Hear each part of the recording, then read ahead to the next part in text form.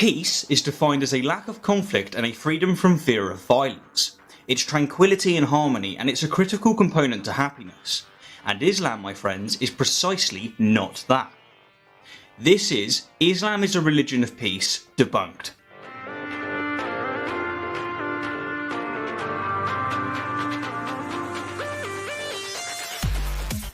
Okay, I might have been a bit facetious in my intro, but I nevertheless stand by the sentiment of what I said. Islam is not a religion of peace, and in this video I want to predominantly explain why. However, for the purpose of clarity, I want to first put this argument in its syllogistic form. Peace is defined as a lack of conflict and a freedom from fear of violence. Islam acts according to and in seek of peace. Therefore, Islam is a religion of peace. In my opinion, when somebody employs this argument, the first thing to do is to identify how exactly they're defining the word peace. The reason being is because there are two versions of this argument.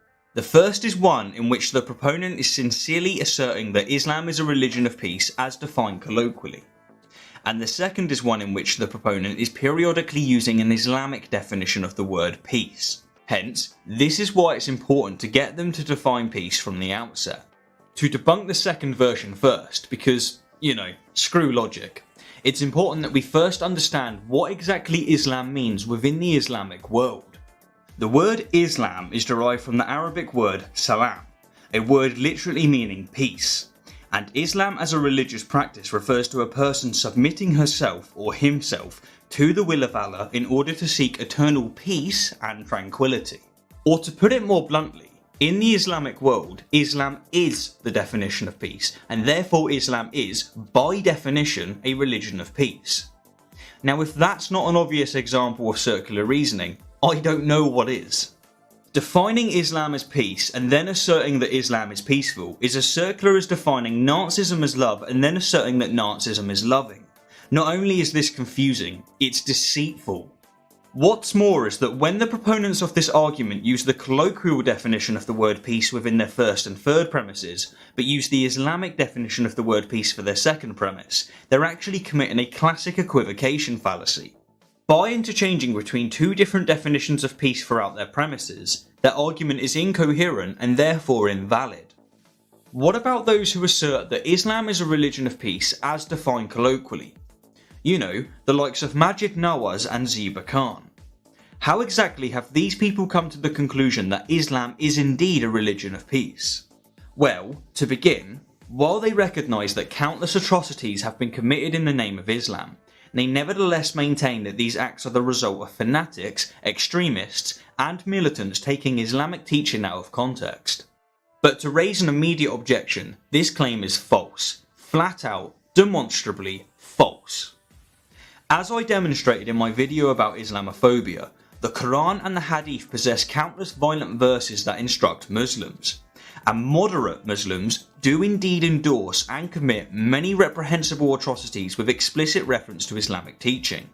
What's more is that they do incessantly claim jurisdiction over the experience of others, and so they are therefore not peaceful.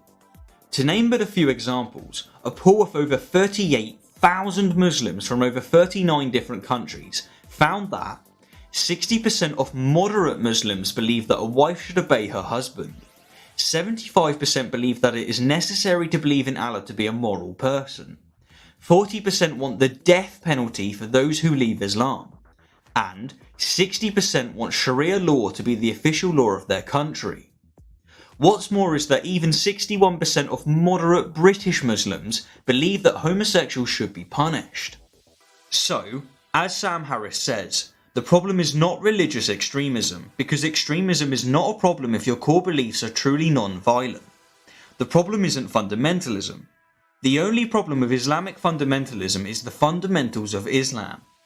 To hammer home this point, Harris often uses the example of Jainism as an actual religion of peace, as its central tenet is non-violence and respect towards all living beings. The more extreme a Jainist becomes, the less we need to worry about them. But so far as I am aware, the same cannot be said of any other religion, and especially not for Islam.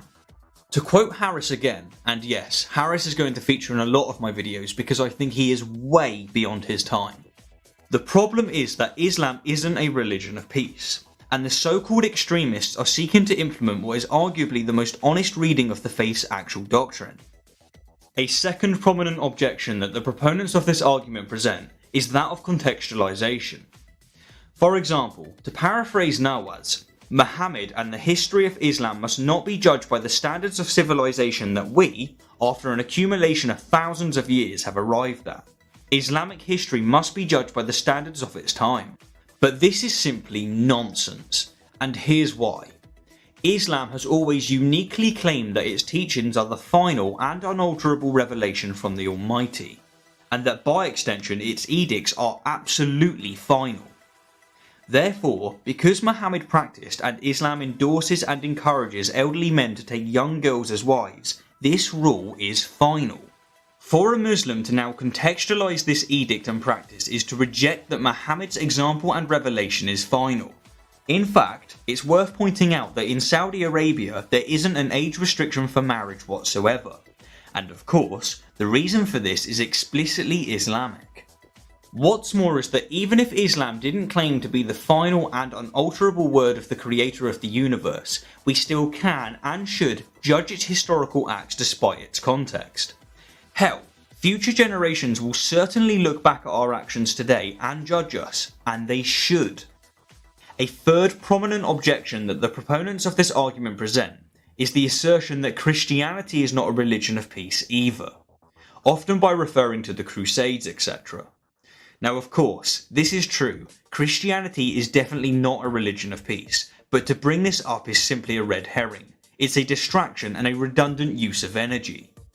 It's the equivalent of someone saying in a debate about Hitler's atrocities that Stalin was worse. It's irrelevant, and because of this it can be dismissed without serious consideration. And finally, a small point I'd like to make before I recap is that yes, pretty much any religion, and any ideology for that matter, can be practiced peacefully. But this doesn't mean that the religion or ideology is peaceful itself. To be a peaceful Muslim you need a very peculiar interpretation of Islam indeed. You need to reject the vast majority of its teachings and pick and mix the peaceful verses. You know, just like modern Christians. So, to recap, the second variation of the argument that Islam is a religion of peace is flawed because it commits a circular reasoning fallacy, and it commits an equivocation fallacy. And the first variation of the argument that Islam is a religion of peace is flawed because moderate Muslims do promote and commit atrocities in the name of Islam, not just fanatics. Contextualization is irrelevant, and some, but not all proponents of this argument, commit a red herring fallacy. Anyhow, as always, thank you kindly for the view, and instead of leaving you with an overwhelmingly powerful argument to consider, I'm instead going to leave you with a quote from Douglas Murray. The fact is that Islam is many things, many things. But to say it's a religion of peace is nonsense. It's to ignore reality. It's to ignore very difficult but necessary facts, not paradigms, but facts. To say that Islam is a religion of peace is to say something based entirely on hope. It's to elevate a hope into truth. And I hope, as you all know, history teaches us that's a very bad thing to do. Thank you. Thank you, Dr. Smart.